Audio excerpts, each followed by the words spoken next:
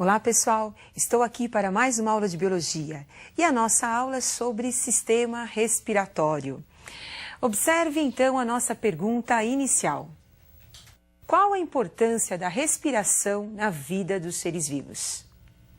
Esse processo tão importante para todos os seres vivos, para todos os animais e também para os vegetais, tem um objetivo principal, que é transformar toda a matéria orgânica, os carboidratos, em presença do oxigênio, em energia utilizada pela própria célula, energia química, que é o ATP. Lembra do ATP? A sigla ATP significa adenosina trifosfato. Essa energia que tem tantas calorias que serão importantes e utilizadas pelos seres vivos para o seu funcionamento e para o seu desenvolvimento. Agora, onde ocorre a respiração? Cada ser vivo, de acordo com o seu tipo de vida, apresenta um sistema respiratório. E é esse sistema respiratório que eu gostaria de conversar um pouquinho com vocês. Observe então agora alguns tipos de sistema respiratório. Tipos de respiração e os grupos animais. Então, nós temos a primeira respiração aí, a respiração cutânea, que está presente nos anelídeos terrestres, minhoca, por exemplo, e também nos anfíbios adultos. Então, o sapo tem respiração cutânea. A minhoca e o sapo apresentam, então, uma pele úmida que permite esse tipo de respiração.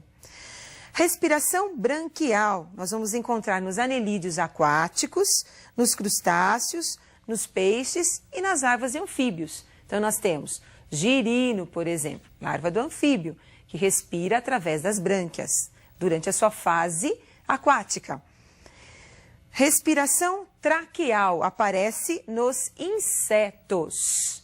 E em seguida, nós vamos encontrar filotraqueal, que é um tipo de respiração traqueal ramificada, que nós temos nos aracnídeos, por exemplo, as aranhas e os escorpiões.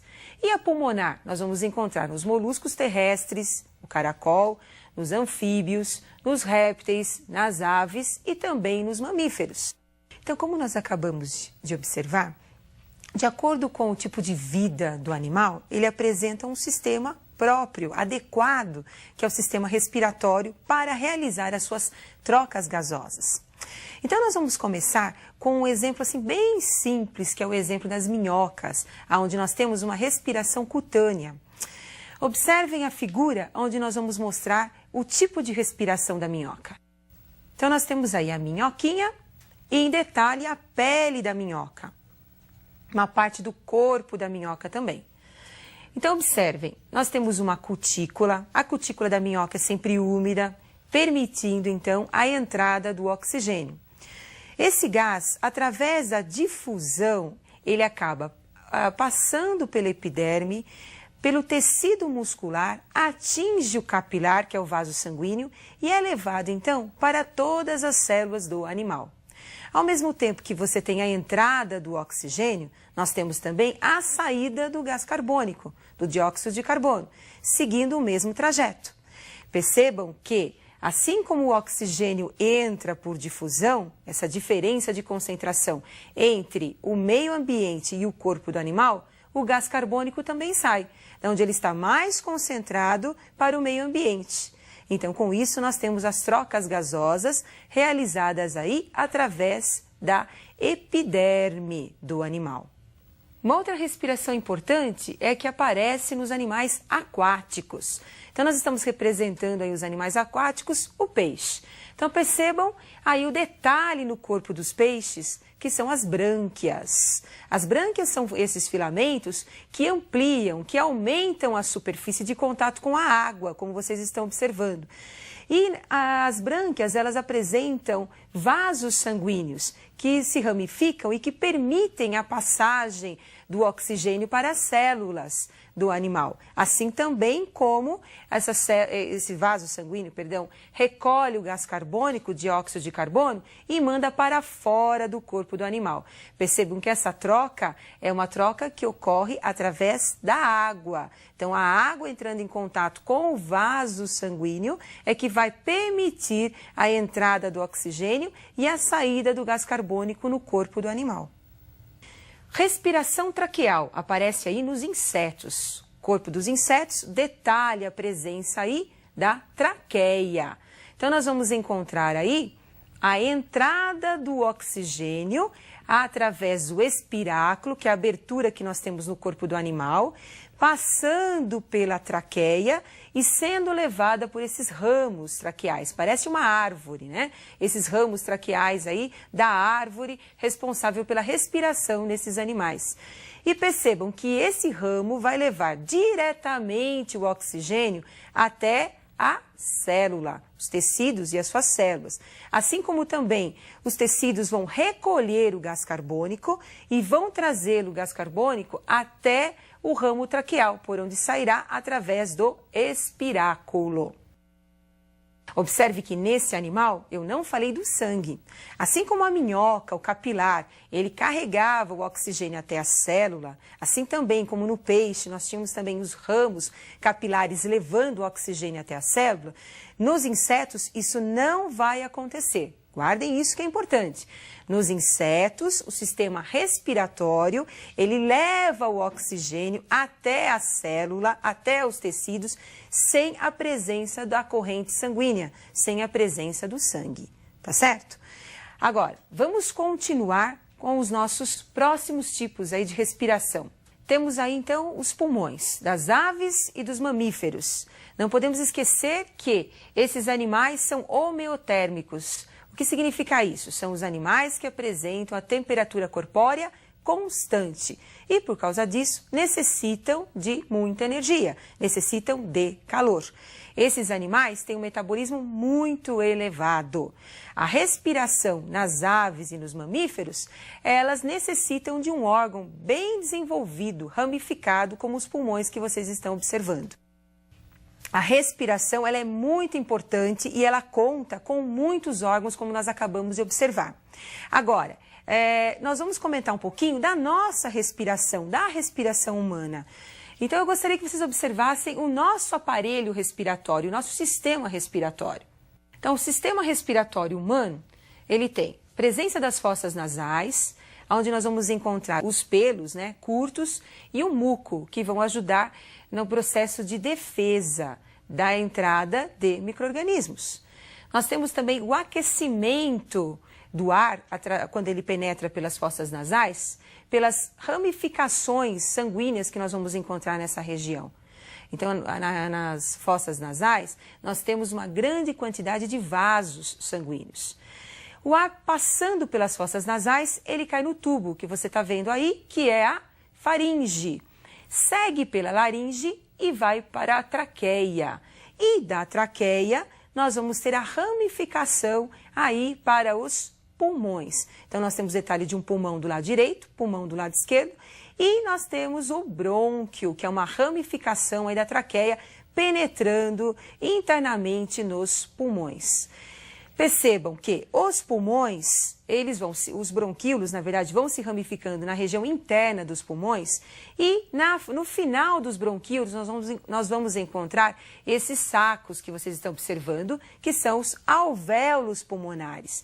E são nesses sacos que nós vamos encontrar a hematose, as trocas gasosas, a entrada do oxigênio e a saída do gás carbônico. Os alvéolos se ramificam, aumentando tanto a superfície do pulmão, que se você for medir a superfície interna de um pulmão humano, nós teremos cerca de 150 metros quadrados de superfície interna do pulmão, e tão ramificado que é nosso pulmão. A importância disso é permitir ao animal buscar maior quantidade de oxigênio para produzir maior quantidade de calor, já que os mamíferos são animais homeotérmicos. Agora, como é que ocorre o controle da nossa respiração? Como é que ocorrem essas trocas gasosas? Então, observem as figuras agora. Então, nós temos aí os movimentos respiratórios. Observem. A entrada do ar, movimento de inspiração. Participação do diafragma, a saída do ar, movimento, expiração. Então, o que nós temos aí na inspiração? O pulmão, ele entra em retração, diminui o volume, aumentando a pressão interna em relação à atmosfera. Assim, o ar se desloca do interior dos pulmões através das vias respiratórias para o exterior. Então, nós temos aí a expiração, a saída do ar. Agora, para o ar entrar, nós temos que ter a pressão externa maior do que a pressão interna. Como é que isso vai acontecer?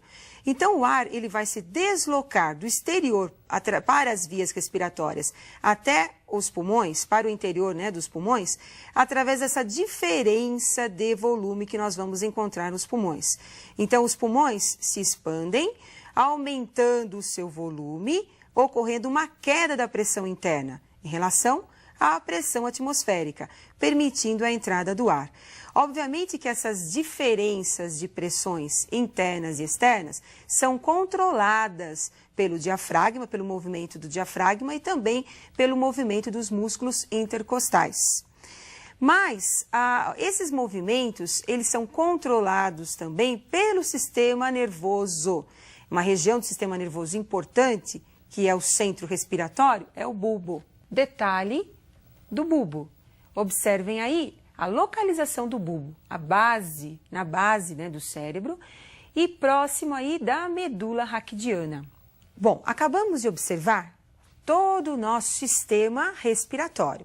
Agora, como é que ocorre o transporte dos gases respiratórios até as células?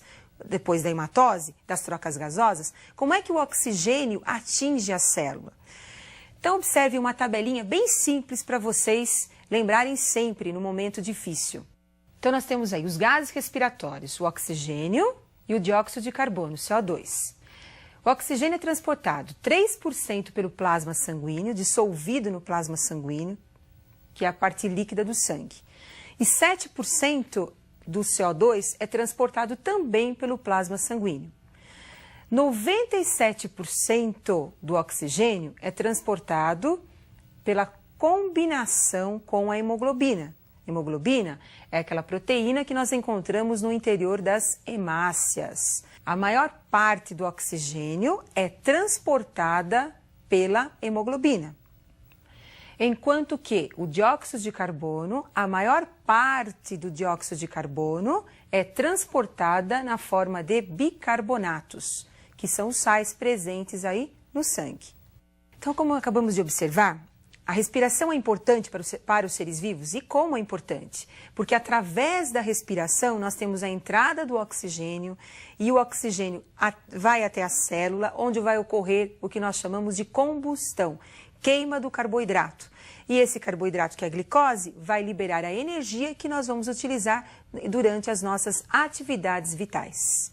Muito bem, e eu aguardo você para a nossa próxima aula de Biologia. Até mais!